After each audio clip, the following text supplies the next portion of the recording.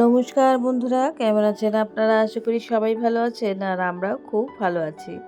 মোনা দুষ্টু ভিডিওতে সবাইকে স্বাগত জানাই। জানেন এটা কবেকার ভিডিও?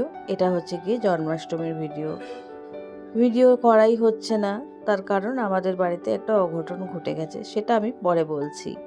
ছাদে গেছিলাম, অনেক ফুল ফুটেছে জানেন, আর ছাদে একটা তুলসী গাছ হয়েছে আর প্রথম মঞ্জুরি এসছে আর সেই মঞ্জুরিটা ঠাকুরকে দেব না একটা ভালো শুভ দিনে।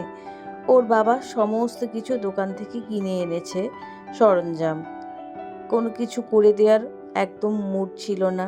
আর ঠাকুরের জন্য একটা ছোট্ট হাঁড়ির মাখন নিয়ে এসছে ওর বাবা। ফুল দিয়েছে, দেখেছেন কত কম ফুল দিয়েছে।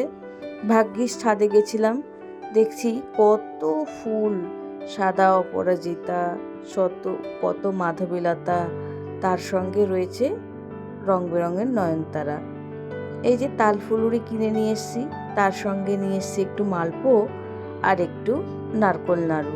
সবই তো আজকাল রেডিমেড পাওয়া যায়, কে বানাবে বলুন। বেশ ফুলুরিগুলো বড় বড়ই দিয়েছে, তাল ফুলুরিগুলো।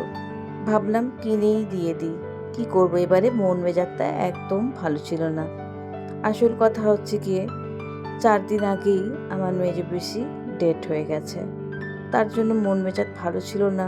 আর আমার পিসিও ওদের বাড়িতে ছিল, না হলে পিসি একটু গোপালের জন্য তৈরি করে দেয় খাবার, আমি ওই বাড়িতে পুজো দিয়ে আবার এই বাড়িতে এসে ঠাকুরকে দিই। কিন্তু সেটা আর হয়নি, কারণ পিসিও এবারে পুজো করেনি। আমি যা পেরেছি তাই নিয়ে এসে ঠাকুরকে দিয়েছি, এগুলোই তো দেয় বলুন।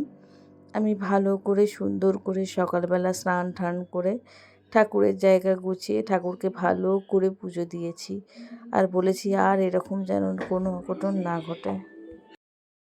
বিশেষ কিছু আহামরি করিনি।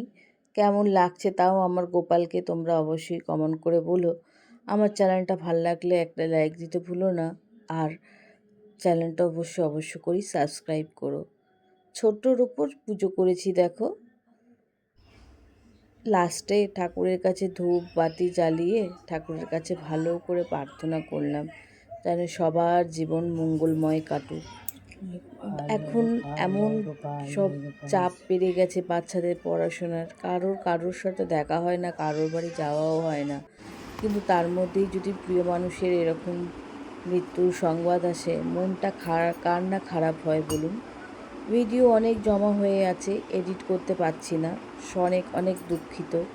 রান্নাঘরে নানা রকম জিনিস লাগিয়েছি, সেগুলোও করা হচ্ছে না ভিডিও। পুজো দিয়ে ঠাকুরের কাছে খাবারটা দিয়ে চলে গেলাম রান্নাঘরে রান্নার কাজ করতে। তখন বাজে দুপুর 1টা। দেখো আমার তারগুলোও ঠিক হয়নি। আজকে যখন ভিডিও করতে বসেছি তখন কিন্তু আমার রান্নাঘরের সবই রেডি হয়ে গেছে। ভিডিওটা বলছি না অনেক দিনের পুরনো। দেখো রান্নাঘরটা বেশ সুন্দর লাগছে না? সুন্দর করে সাজিয়েছি, আনন্দ করে যে তোমাদের দেখাবো যে দেখো এই টাইলসটা বসিয়েছি, এই ওয়ালপেপারটা বসিয়েছি, সেটাও আমি দেখাতে পারছি না, কারণ মনটা ভীষণ খারাপ। কেমন হয়েছে আমার রান্নাঘরের ডেকোরেশনটা আমাকে অবশ্যই কমেন্ট করে বলো। আর দেখো লাইটও লাগিয়েছি, সেই লাইটের ভিডিওটাও করা হয়নি।